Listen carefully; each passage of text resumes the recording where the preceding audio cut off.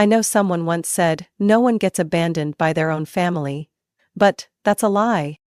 I once stood shivering in pouring rain, the door locked from the inside, while my mother quietly pulled the curtain shut, like I was some stranger.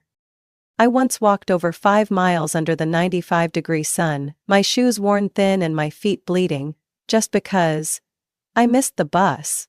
And I was only 12 when they called that character building. If you think I grew up in a family, I'm sorry. It felt more like a cold training camp. I'm Alice, and this is the story of how my parents, Jason and Linda, taught me that love isn't for everyone under the same roof. When I was little, I thought all families were like that. That all parents stayed silent during dinner, only speaking to give orders or yell. That every mom set a timer when you cried, then said, "You get 3 minutes to be weak." That if a child wanted to be heard, they had to hold their breath so long their face turned purple before anyone might notice. My dad was a former soldier. My mom used to be a teacher, but after I was born, she quit her job and poured all her energy into training me to become someone who depends on no one. They called me their first experiment and always said that if I failed, I'd have no one to blame but myself. I still remember a winter night in Minnesota when I was just 9. I forgot to take the trash out on time. A small mistake. Or so I thought. But not my dad. He quietly opened the back door, dragged me outside by hand and said, "Stand here until you understand the value of responsibility." Then he closed the door, no coat, no shoes.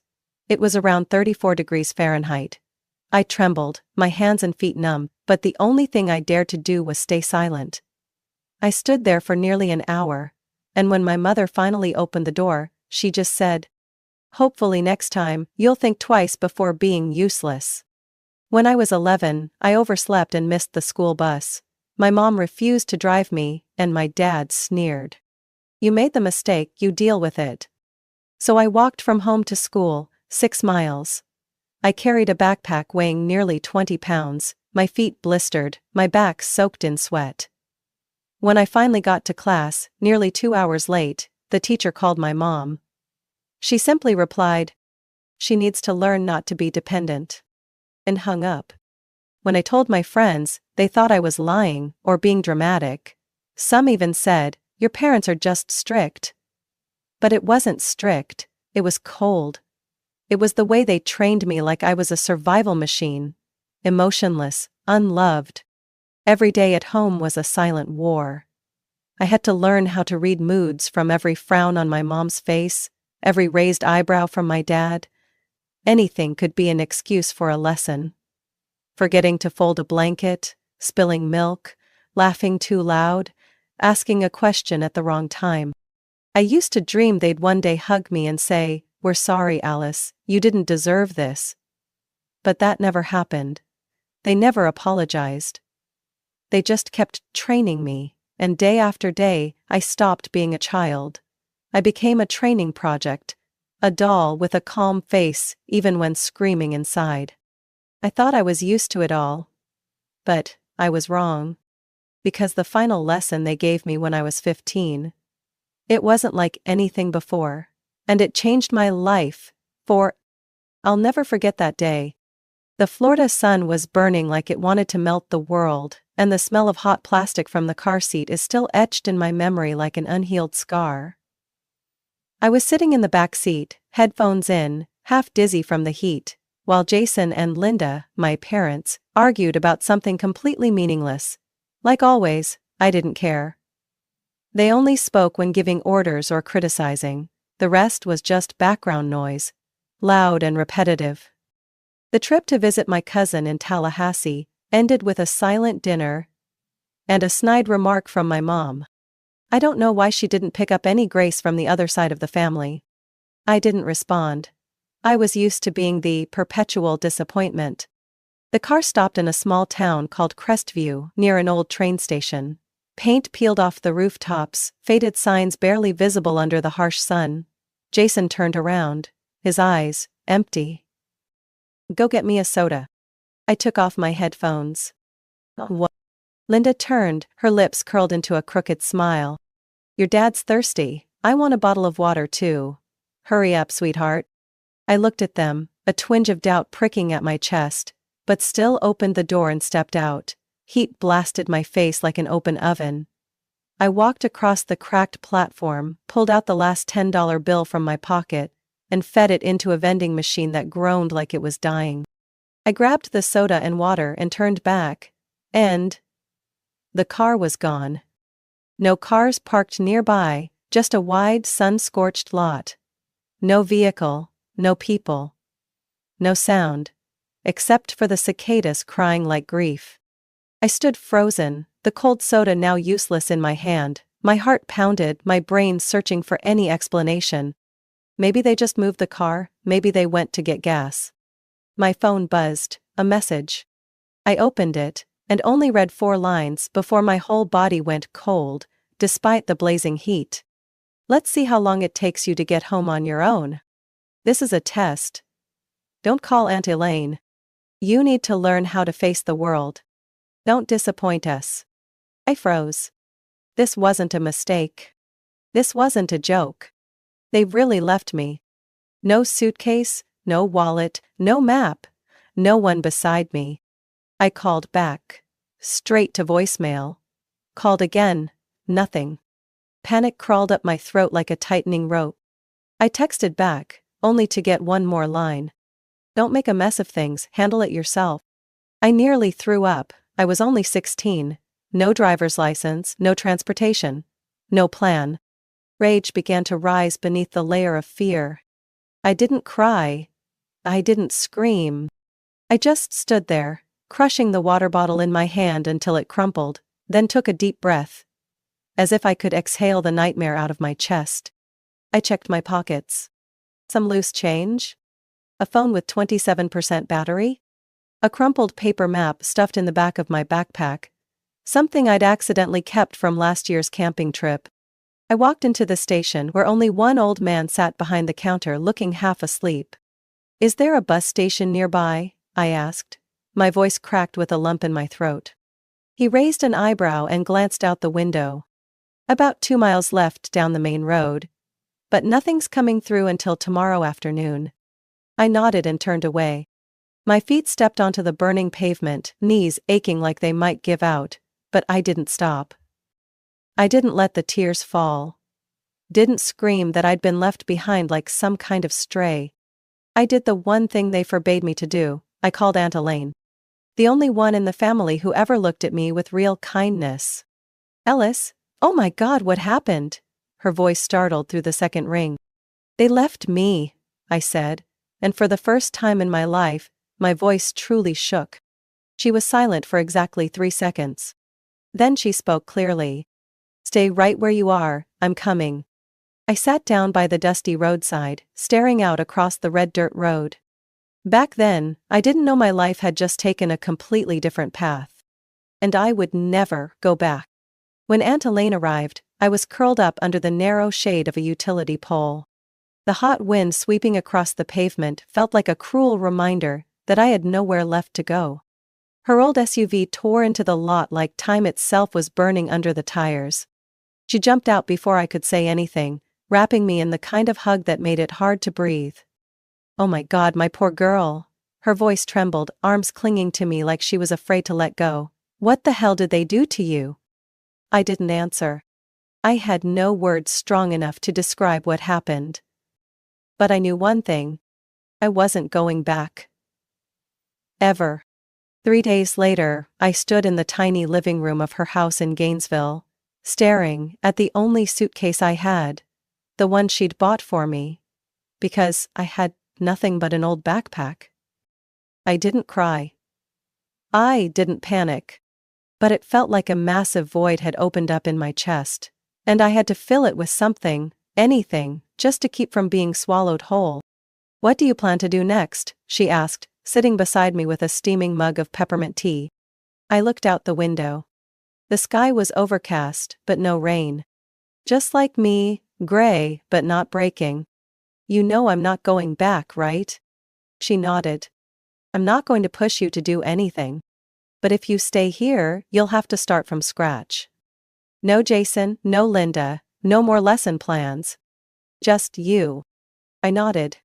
For the first time, I felt like I had a choice. Not just being thrown into some script someone else wrote. Even if the road ahead was rough, at least it was mine. I got a job at a small cafe near the University of Florida, just waiting tables, but the owner was kind and didn't look at me like I was a broken kid. I worked from 5 a.m. to 2 p.m., then came home and studied for the GED at night. I wanted to reclaim the years of school I'd missed. I wanted to go to college, not to prove anything to Jason or Linda, but to prove to myself that I could. Aunt Elaine helped me in every way she could. She wasn't rich, but she was rich in love, something I had never really experienced before. She drove me to my exams, waited in the car all morning, bought me an SAT prep book even though it cost almost an entire week's worth of food for both of us. A year later I got accepted into the University of Central Florida with a partial scholarship. The day I received the acceptance letter, I stood frozen for almost 5 minutes. "You're about to have a new life, Alice," Aunt said, taking my hand. "And this time, you get to write it." 4 years later, I graduated with honors in urban development. When I walked up to receive my diploma, I didn't hear the applause. I only heard the voice in my head, the voice of a 16-year-old girl standing silently under the cracked roof of a train station, hands trembling from being abandoned. And I whispered to myself, "You did it, Alice. You survived." Right after graduation, I worked for a small real estate firm in Jacksonville. I started with the jobs no one wanted, cleaning model homes, checking building permits, cold calling skeptical clients. But I learned fast. I watched everything, how people built trust and how they shattered it in a single meeting. 3 years later I started my own thing. I took out a small loan from a local bank, combined it with the savings from years of side jobs and investments, and founded Alder Urban Living. A simple name, carrying no trace of the family I came from. I wanted a complete restart. The beginning was rough. At one point I had only $93 left in my account, and a project that got cancelled at the last minute. But I held on. I learned how to negotiate, how to calculate risk, how to turn an abandoned lot into a modern housing block for young families. Little by little, Aldera stopped being a stranger's name. I hired employees. I rehired a lawyer who once rejected me in my first year. I bought back the old office building that my first company used to own, just to remind myself that nothing is permanent, not even the lowest starting point. At 29, Aldera hit 8-figure revenue. I stood on the 12th floor balcony of our office, looking out over the Orlando skyline, and I smiled. I had once been left behind at a train station, unwanted. Now, hundreds of people called me boss. And I never forgot that feeling of being discarded, because it's the reason I never stopped moving forward. But I also knew, the past never really dies. It only sleeps, waiting for a knock at the door. And on a summer day, that knock came. It was the past. And it came to collect me.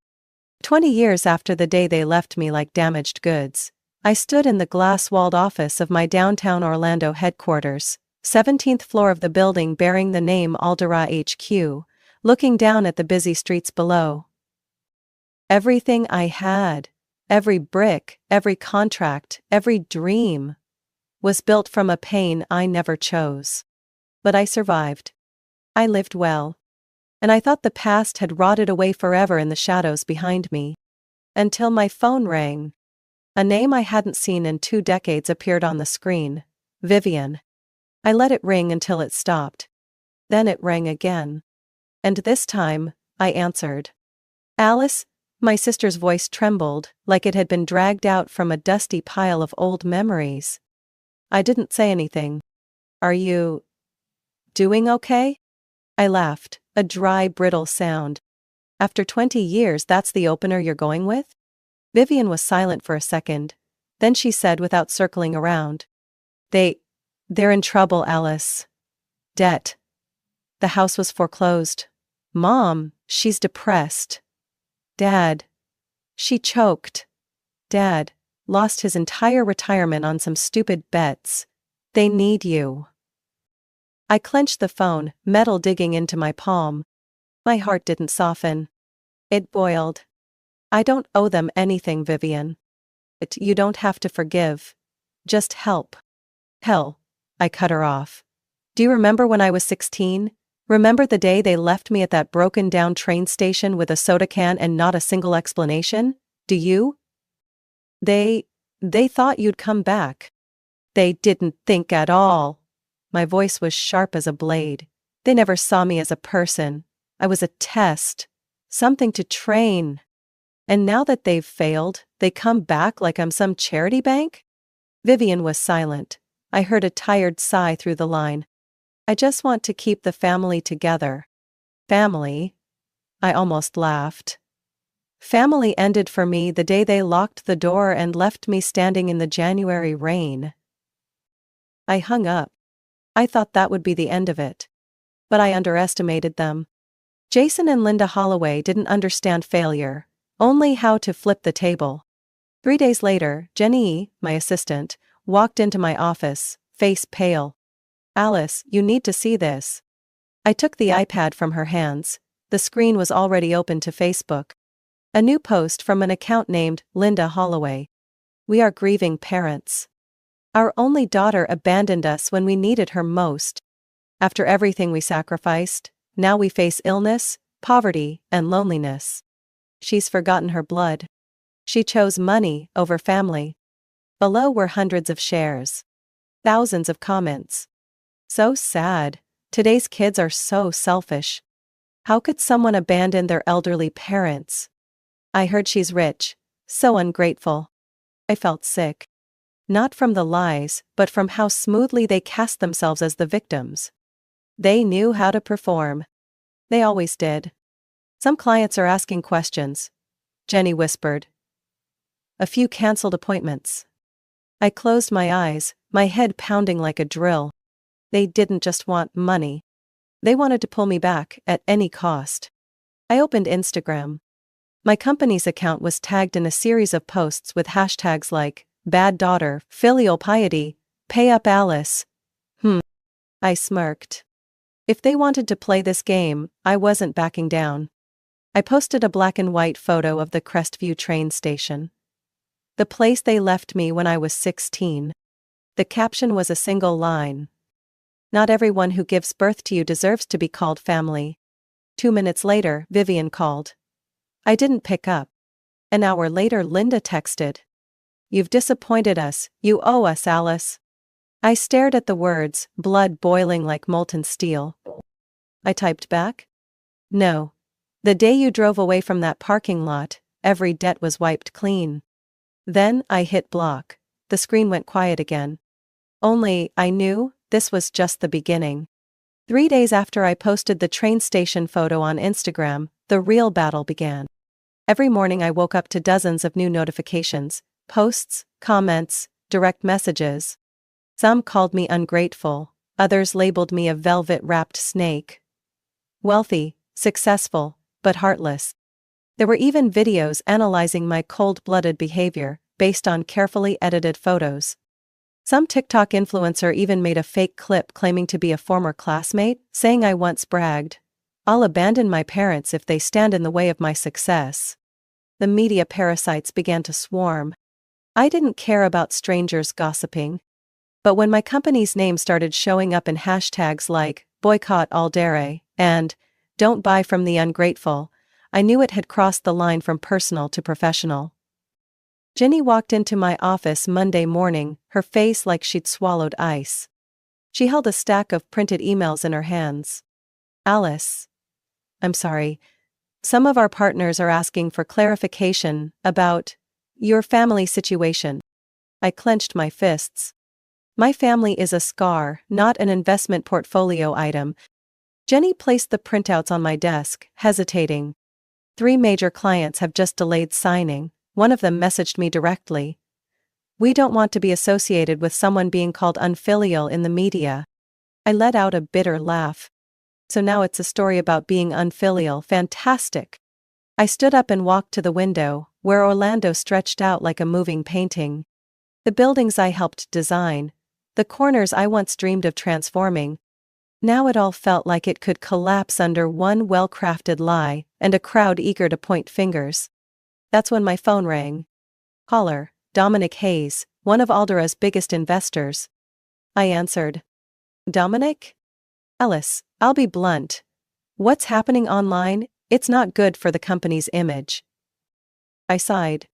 What, you want me to go live and cry because I didn't send money to the people who once left me at a train station?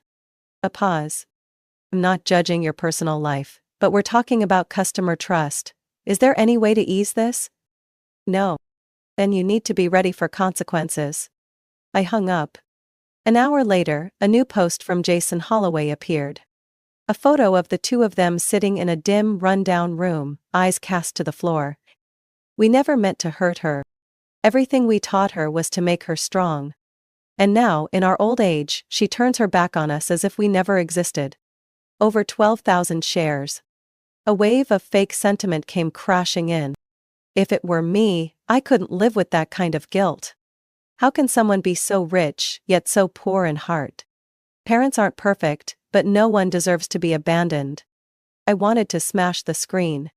But instead I opened an old folder on my computer. Photos of the train station that day. Emails from the lawyer I'd contacted when I reported being abandoned.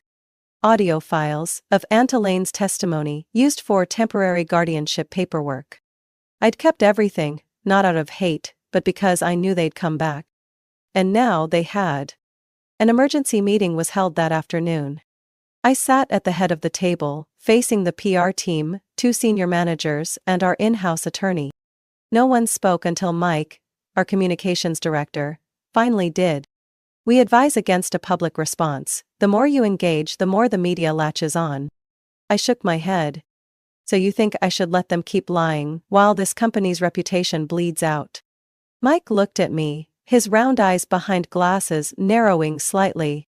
Alice, empathy isn't something you win with logic.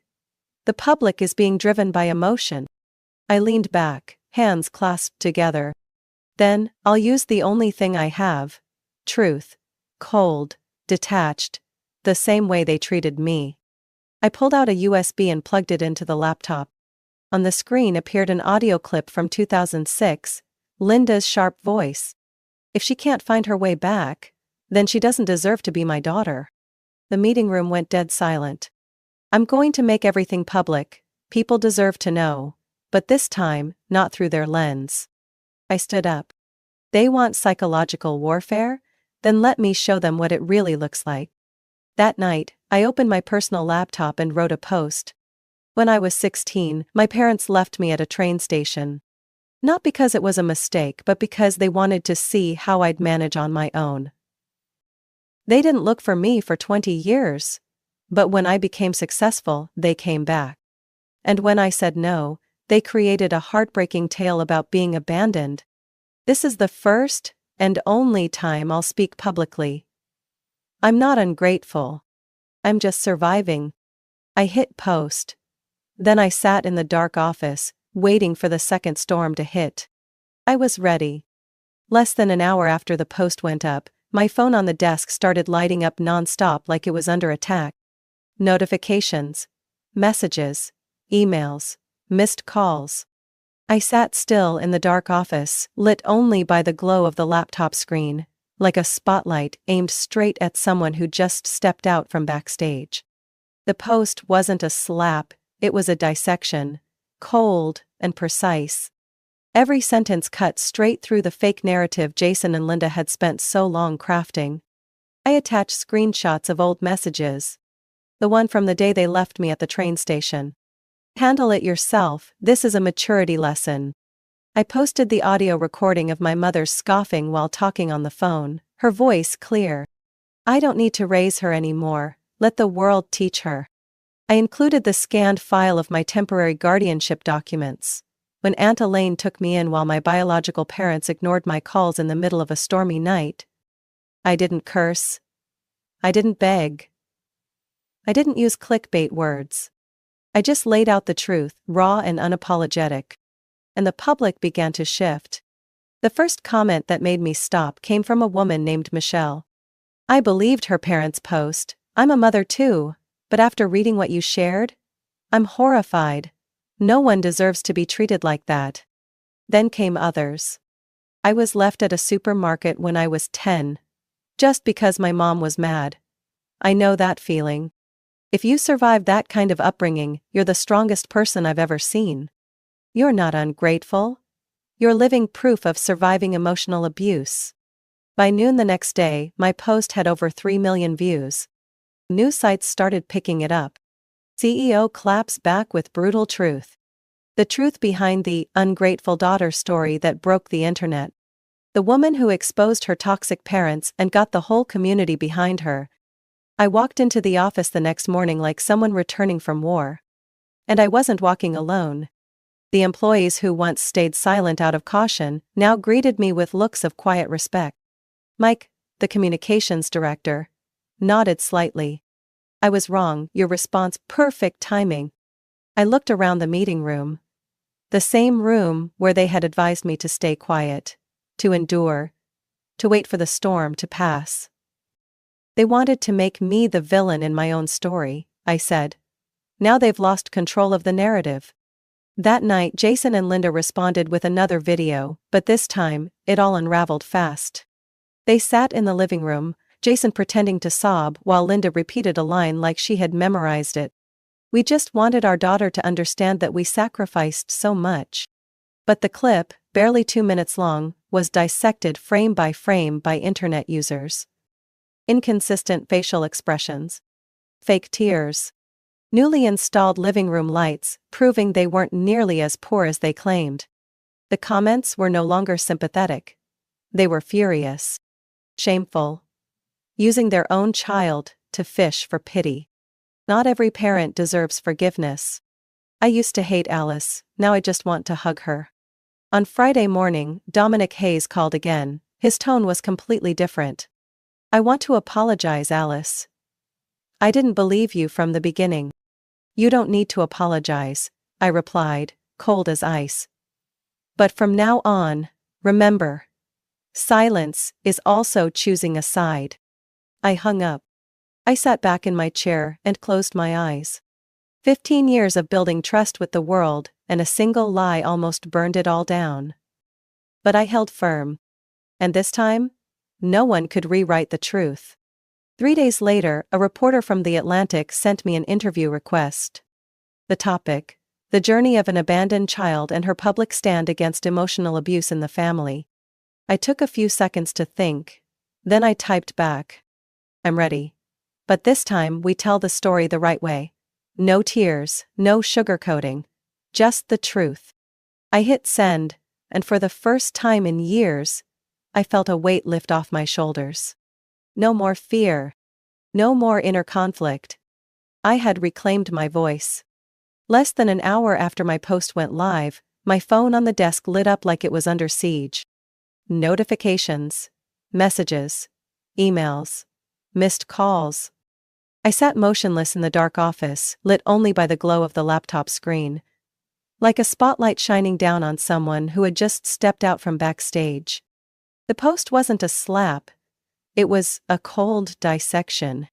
Every sentence was a precise incision into the fake narrative Jason and Linda had so carefully constructed. I attached screenshots of old messages, the one from the day they left me at the station. Handle it yourself, this is a life lesson. I posted the audio recording of my mother sneering as she spoke on the phone with someone. Her voice clear. I don't need to raise her anymore, let life teach her. I included the scanned temporary guardianship papers from when Aunt Elaine took me in, while my biological parents refused to answer my calls during a stormy night. I didn't curse. I didn't beg. I didn't use sensational language. I just presented the truth, bare and unapologetic. And public opinion began to shift. The first comment that made me pause came from a woman named Michelle P. I believed her parents' posts. I'm a mother too. But after reading what you shared, I'm horrified. No one deserves to be treated that way. Then came more. I was left behind at a grocery store when I was 10, just because my mom was mad. I know how that feels. If you survived that kind of parenting, you're the strongest person I've ever seen. You're not ungrateful, you're living proof of surviving emotional abuse. By noon the next day, my post had over 3 million views. News outlets began picking it up. CEO fights back with powerful truth. The reality behind the ungrateful daughter viral story. The woman who exposed her toxic parents and gained a movement of support.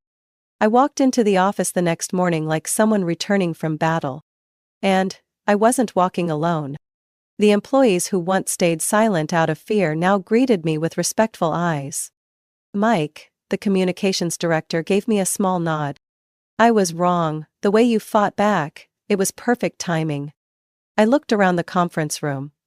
The same place where, just yesterday, they advised me to stay silent, be patient, and wait for the storm to pass. They once tried to make me the villain in my own story, I said. Now they no longer control the narrative. That night, Jason and Linda responded with another video, but this time, it all unraveled quickly. They sat in the living room, Jason faking sobs while Linda repeated a line like she'd memorized it. We just wanted our daughter to understand how much we sacrificed. But the clip, barely 2 minutes long, was dissected by the internet, frame by frame. Inconsistent expressions. Fake tears. Newly installed living room lights, proving they weren't nearly as poor as they claimed. The comments weren't sympathetic anymore. They were angry. Shameful. Using your own child to beg for pity. Not all parents deserve forgiveness. I used to hate Alice. Now I want to hug her. Friday morning, Dominic Hayes called again. His voice was completely different. I want to apologize, Alice. I didn't believe you from the start. You don't need to apologize, I answered coldly. But from now on, remember, silence is also taking a side. I hung up. I sat back down and closed my eyes.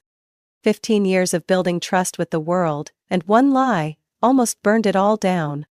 But I held my ground. And this time, no one could rewrite the truth. 3 days later, a journalist from The Atlantic sent me an interview request. Topic: the journey of an abandoned child and the public stand against emotional abuse in the family. I paused for a few seconds. Then I typed, I'm ready. But this time, we tell the story the right way. No tears, no sugarcoating. Just the truth. I hit send, and for the first time in years, I felt something lift off my shoulders. No more fear. No more guilt. I had taken back my voice.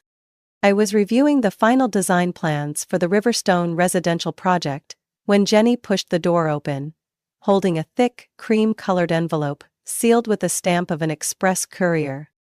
Alice, this came for you, priority delivery. Nina's voice was tight as a string. I saw the sender's name clearly printed in the top left corner. Holloway and Brooks, attorneys at law. I already knew. I had been waiting. I opened the envelope with deliberate slowness, as if I could delay whatever was about to appear. The first page embossed my name, Alice Holloway, at the top, followed by a bold, cold, shameless heading.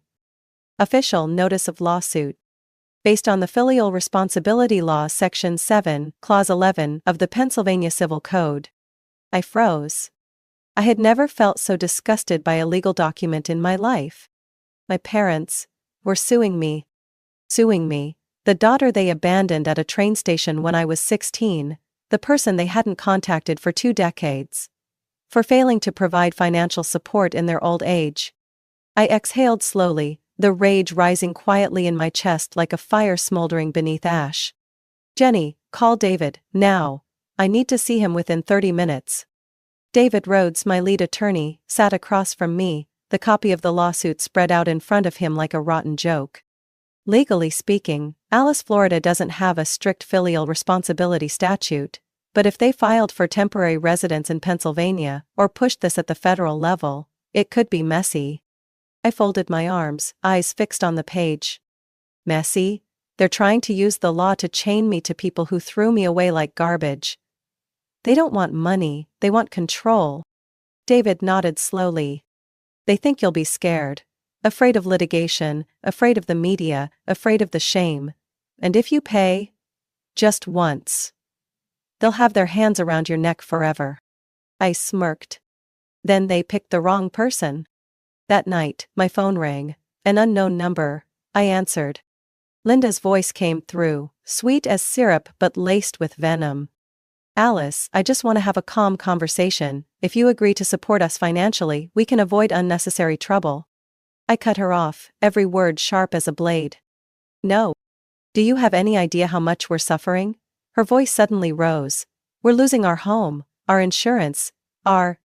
Lost your dignity a long time ago, I growled. And now you want to play the good parent? Linda went silent for exactly 2 seconds. Then her tone shifted. If you fight this lawsuit, we'll take everything to the press. You really want your image tied to a filial piety case, don't you? I laughed. A cold, piercing sound that made her go quiet on the other end. Go public. Share it all. Let the world see how biological parents can abandon their child at a train station and come back 20 years later demanding money, like debt collectors. I hung up. And I didn't shake. Not even a little. The next morning I summoned legal, communications and investor relations teams. On the table was the detailed legal response I had prepared with David. Alice Holloway denies any financial obligation under the Filial Responsibility Statute, due to complete absence of care or support from the parents, over more than 2 decades. Etched, evidence of abandonment. Text messages. Medical records, documenting psychological trauma. And temporary guardianship, by Aunt Elaine. I ended the meeting with one line. They chose to fight with the law, then I'll show them what it looks like to fight with justice. That night, I posted my next statement, attaching the lawsuit. They left me when I was 16, no contact, no help, not a dime of support. Now they're suing me, for money, for power, for reputation. I'm not writing this to complain. I'm writing this as a warning. Psychological wounds should never be legalized into obligation. The post spread like wildfire. Child advocacy groups, abandoned child survivor networks. Everyone shared it. Lawyers, journalists, activists. All stood behind me. A new hashtag emerged. In01, trending nationwide. 3 days later, David messaged me. Their lawyers are proposing a settlement. They're starting to feel public pressure. I replied with one line. No compromise, take it to court.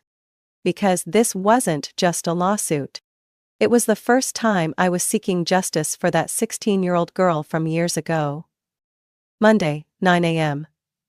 I was in a meeting with the new project team when Jenny knocked rapidly.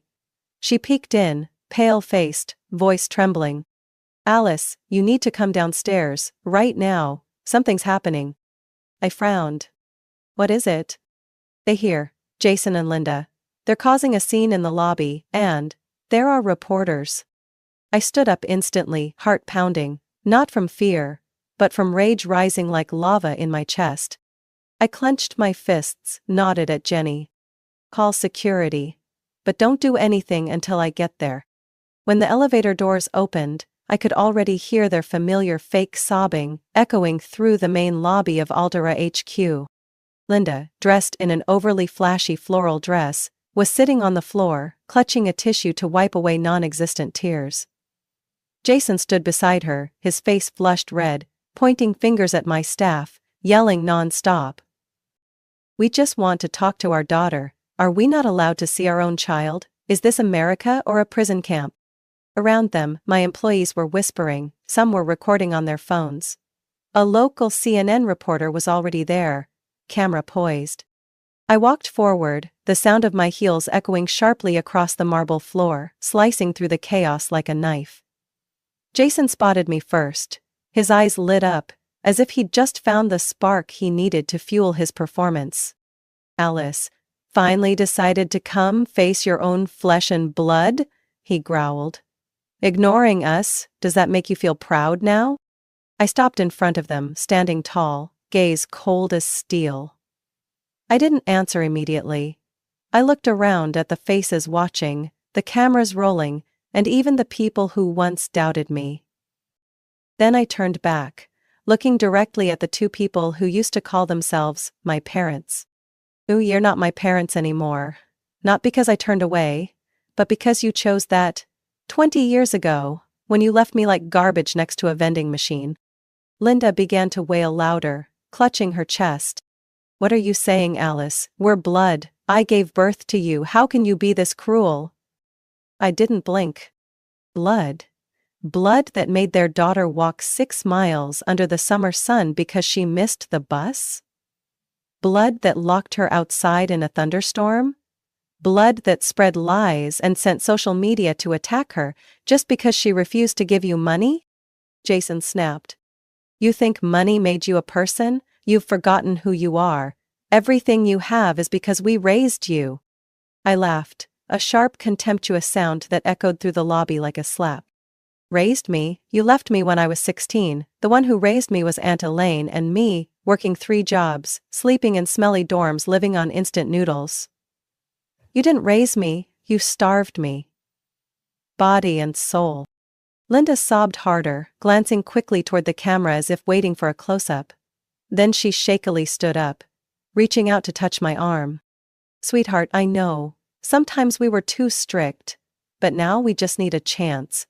Just a little help, then things will get better. I stepped back, my voice firm as stone. I don't help people who abandon me.